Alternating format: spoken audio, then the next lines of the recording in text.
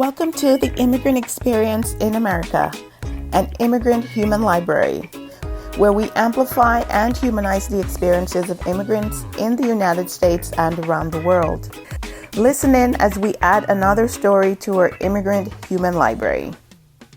So give us a window. I'm intrigued by the way may practice Christmas. How does that play out? In the Philippines, Christmas is celebrated starting the month of September.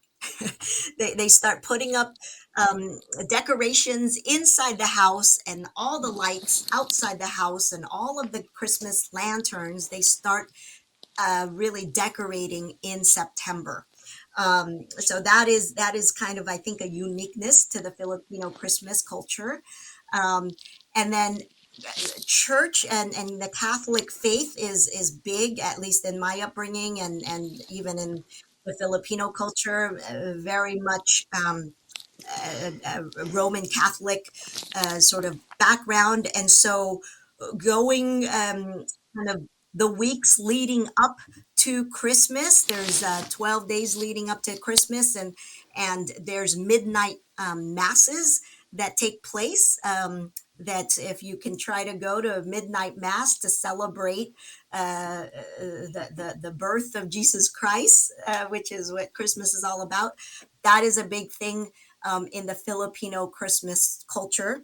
And then it's more than just listening to the sermons and the homilies of the 12 days leading up to Christmas and the midnight mass. More than anything, I think it's to go there for the food, because usually there's food that's served after the midnight masses, and it's usually a bowl of soup, a great nice brothy soup, and then some what looks like dim sum, because we have some Chinese Chinese culture in our food, and sort of dim sum and steamed buns, or even we have this wonderful bread called pan de sal, which is it's so great to eat once it's out of just the newly baked out of the oven. And so between the soup and the pan de sal, man, that is enough to motivate any Filipino to want to go to midnight mass, to eat this food. So there's that. There's we like I said, we celebrate very, very early.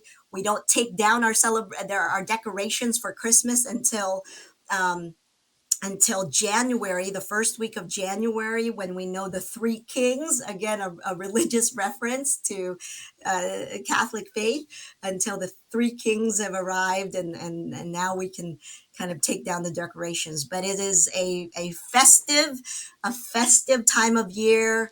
Lots of mixing of religious traditions as well as family traditions. So I hope that gives you a look in a window of kind of what I love about the Filipino Christmas celebrations. Thank you for sharing that. I have never had that view, actually. I think myself, I've appreciated that, and I'm sure our listeners will too.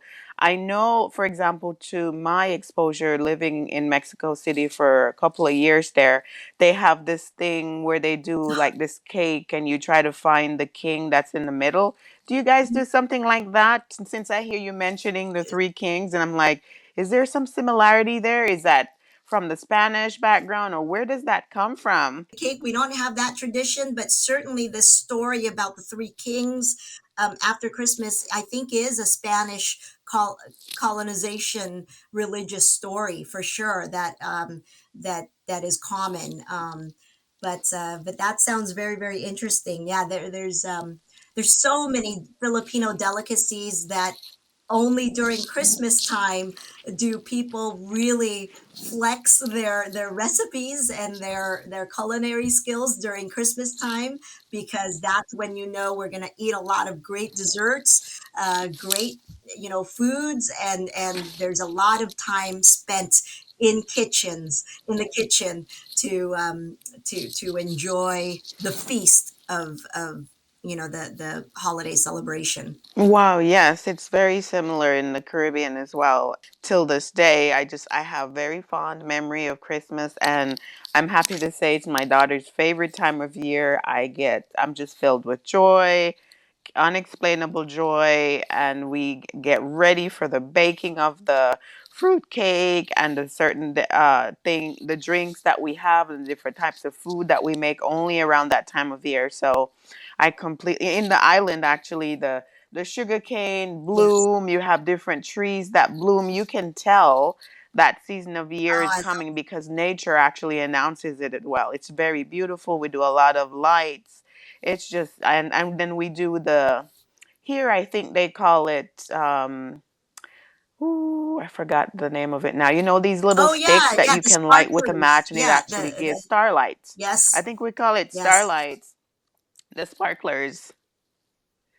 We do that around Christmas time, and it's just so fun for the kids. We used to do that and just run around and just have fun. And so I think our parents and our family just made, they gave us a lot of memories, and I have very fond memories just of enjoying that time of year. You look forward to Yes, Christmas time yes. coming. It's, yeah, so I completely relate. So I wonder, a part of my realization, and as I've been talking with people and doing some research, is that when you come into the US and you assimilate very quickly, and then you lose your accent, or you know, you don't really quite seem like you're so much more of, you're not necessarily steeped into the Filipino culture in your case.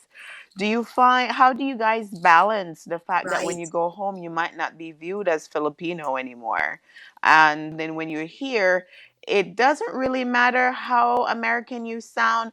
Once someone is around you for any moment of time, they can sense that you're from another place.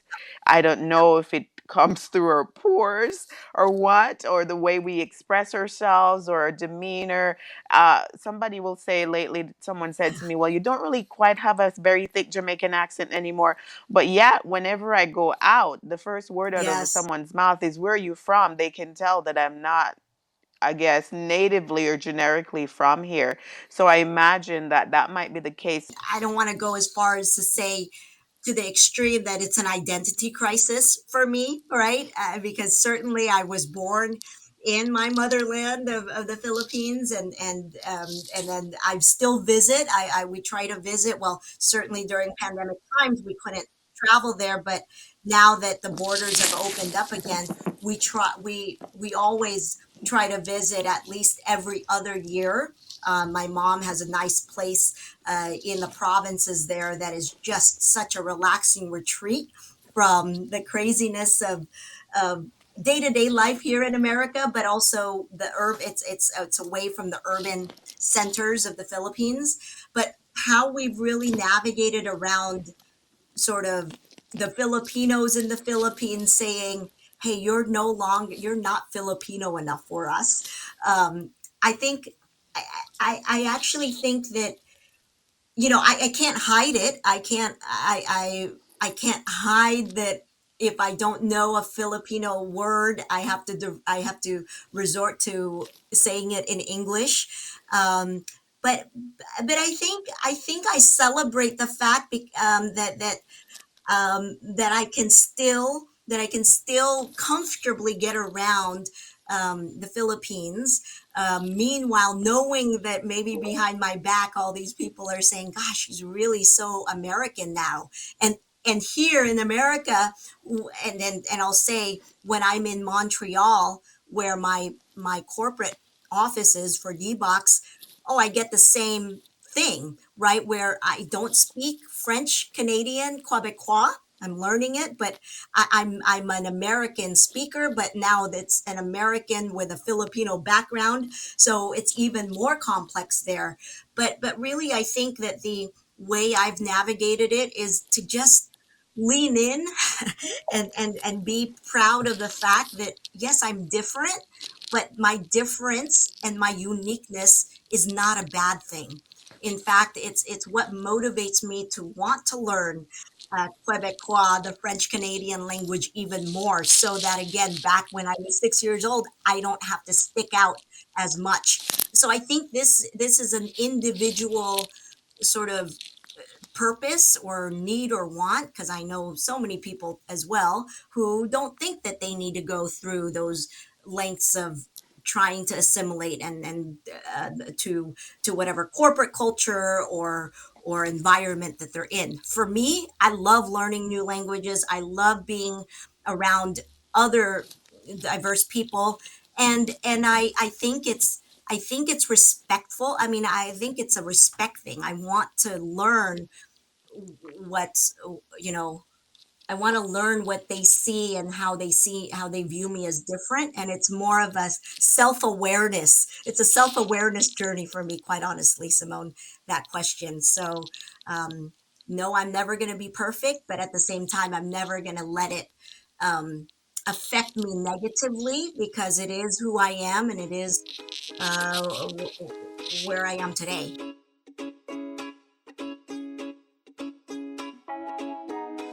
Right, right, right. Someone recently describes her new accents. For those of us who may born in a different country, may have been born in a different country, then we move to another country, we learn another language, or have studied languages. I think over time you develop a certain sort of, I don't know how the brain does it, but it depends on which environment I am. I have no idea what's coming out of my mouth. And so for her, she was telling me that she describes it as having a transatlantic sort of an accent, because she doesn't quite sound like her native country or her adopted country. Sometimes it comes out depending on the emotional space that you might find yourself. If I'm upset or very happy, I find my Jamaican accent just comes out and it's just very thick. If I'm on the in Yeah, between, you can't really tell where to place me. And so she calls it a transatlantic I like that. accent. And as well, we can we're really ideally like world's global citizens, because we can really just float through any environment, appreciate whatever that environment brings to the table. I also heard a lady who's an expat traveling with her children, and that she asked how they were doing, following the spouse going. They've lived in Britain, they've lived in Taiwan, they're now in Singapore, they were born here in the US. And they say, well, we don't really worry Yes, about it. We just try to be happy wherever we are. And so yes. it's kind of like you become this third culture person, that wherever you are, you just have to find joy and peace within that space. And so it's not a negative, but I do know that some people on the journey there of becoming more aware and valuing that space can struggle with some identity issues of not being fully accepted in their birth country or in their adopted country. I would agree with that guest who said that, a third culture that, yeah, Very interesting space. And so many people who are in the migration, participating in migration globally, can really relate to this conversation that we're having. So moving along, out of respect of your time, I just wanted to get a sense for any specific opportunities that might have come along that may be beneficial to another person listening, that may have helped you, whether it's a scholarship or some sort of an opportunity or organization or whatever it might be, that helped you on your journey to getting to your success. biggest resource for me, again, during, I'll just think of that change in my college major, which was to me back then as a young, you know, college student, and thinking all of my high school career I was going to be a doctor, and then realizing that that was not really the path for me. But the best resource for me was going to see my college counselor, my career and college counselor, that had a building and had resources at UCLA.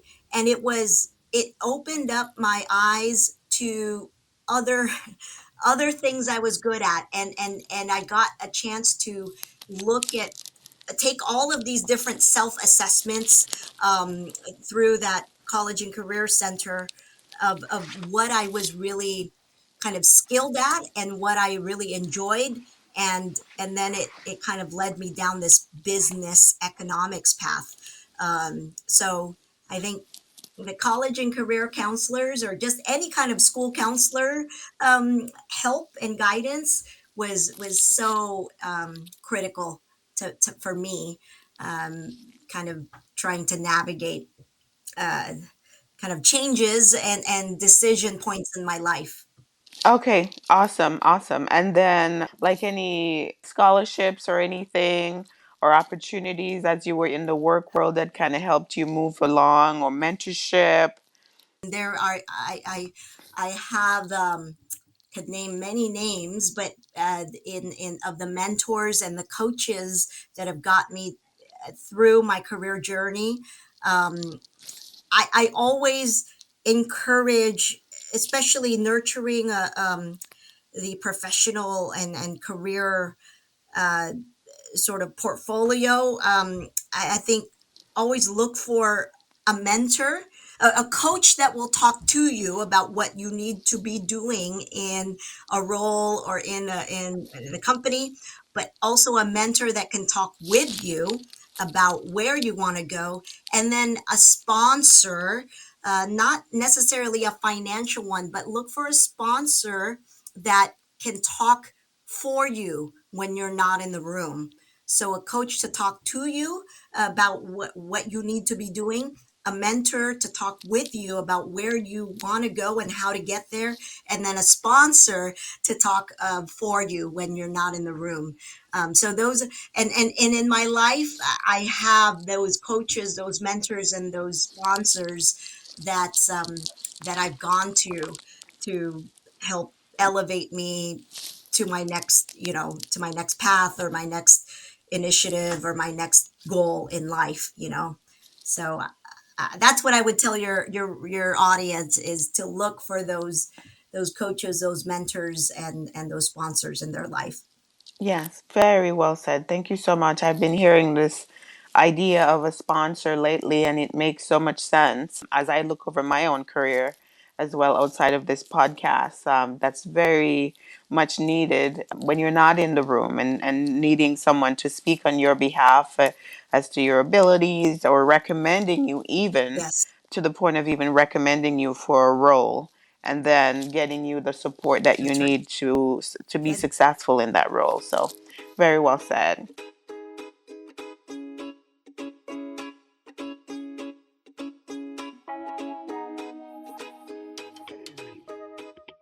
For other Filipinos or other immigrants listening, any particular challenge that came along for you as you adjusted to the American culture, and how did you deal with it? And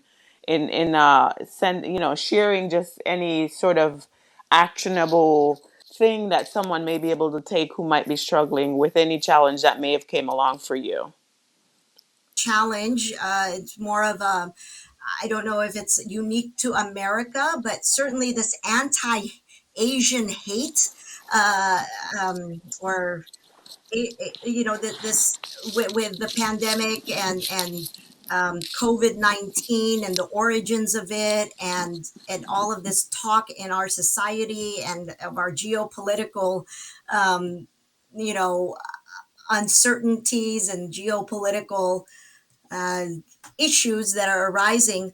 I'm very mindful of, and still want to tell my fellow Filipinos living in America, as well as the broader Asian Pacific Islander community, of this notion of, people look at us and they see us as being quote unquote Asian. They don't necessarily know what kind of Asian we are, but yet they determine, because of other forces in social media or headlines by certain news reports, that Asians in America are causing a lot of issues, and that we brought COVID-19, and that we're stealing jobs and all of this. So that, I think, is a current societal challenge, and to which I ask myself, how do I, what shall I do about this within my own control? How can I help alleviate this really kind of it's a challenging societal issue, right? Where we have to have these deep conversations, honest conversations, and educating the public about, listen, I'm not Chinese. I may look like I'm from China, but no, I'm from that part of the world, yes, Asia, Southeast Asia, but please don't hate me because, or don't blame me for the COVID-19, issues, or we're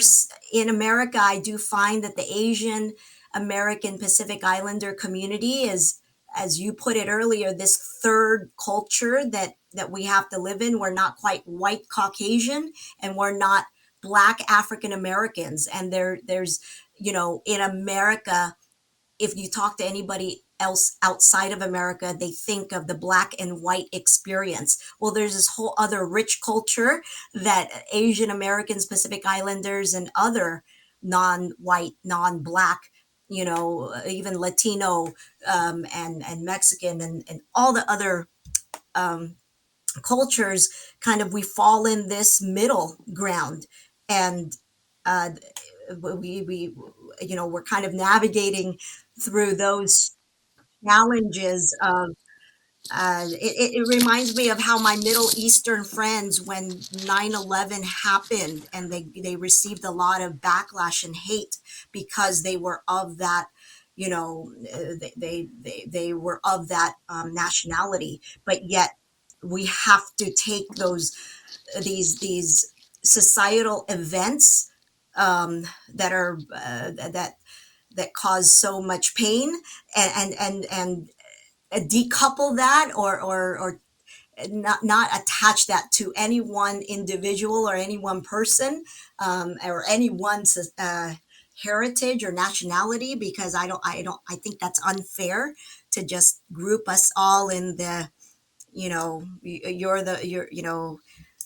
we're the culprit of bringing COVID-19 to the U.S. or to the world, or for my Middle Eastern friends, they're the culprit of making 9/11 happen. So these are, I know it's kind of a heavy note to end a conversation on, Simone, but these are the things that would keep me up at night, and thinking how I would teach my own kids about navigating a world where there is this um, there is this struggle, there is this ongoing societal issue of just judging people by how they look or how they talk or what they eat or what their cultures are at home, and assimilating that to the negative perceptions of their national background.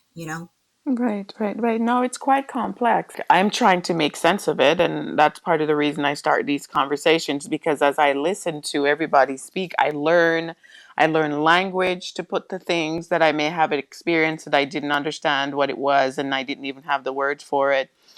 My perspective is broader because I learned that other groups are experiencing the country a different way that I might not even be aware of. There is just so much broadening of my world, my perspective, my empathy. And so these conversations need to be had. And so that's why I'm holding the space for us to talk about it, because immigrants and immigration has just become such a bad word. It just seemed to be stained, and I don't understand. We're a country of immigrants from the start, right? And we bring so much value, and we're constantly bringing our effort or our excitement or energies to pour into this country. And so I just want to make sure that we highlight the successes and the value that we're adding every day to this country. And yes, that's why we exist here. But I wanted to then kind of end it off by asking two things that's on my mind. One, how do you take care of, like, plan for self-care with your very busy life? It sounds like you're a mother, you're a wife, you're a C-suite lady, Yes. and you're traveling to another country and working from home remotely. How do you plan for self-care? And then what general advice might you want to leave with other immigrants who are either considering to come? Is this the place for them? They're new to the US and navigating, trying to figure out, how do I find my way to find resources, whether it be financial advice about how to manage money, how to make it ahead and not to get caught up in impressing the Joneses with the expenses and the large living that everybody wants that's on TV. whatever you'd like to leave us with today, I give you the space. As you said, I'm a very busy professional, and try to really prioritize, of course, family. I've got two preteen teenagers in the house, so that poses new challenges in some of our dinner time conversations and our interaction in the house, which I'm totally trying to navigate now. But I think self care, one of my, what I really, really try to stick to is my sleep health. I try to get at least 6 hours of sleep wherever I am, even if I'm traveling across the world or across the country to Canada. I make sure that on my schedule and on my calendar, and when I book those flights, that I get time to rest and rejuvenate after every day.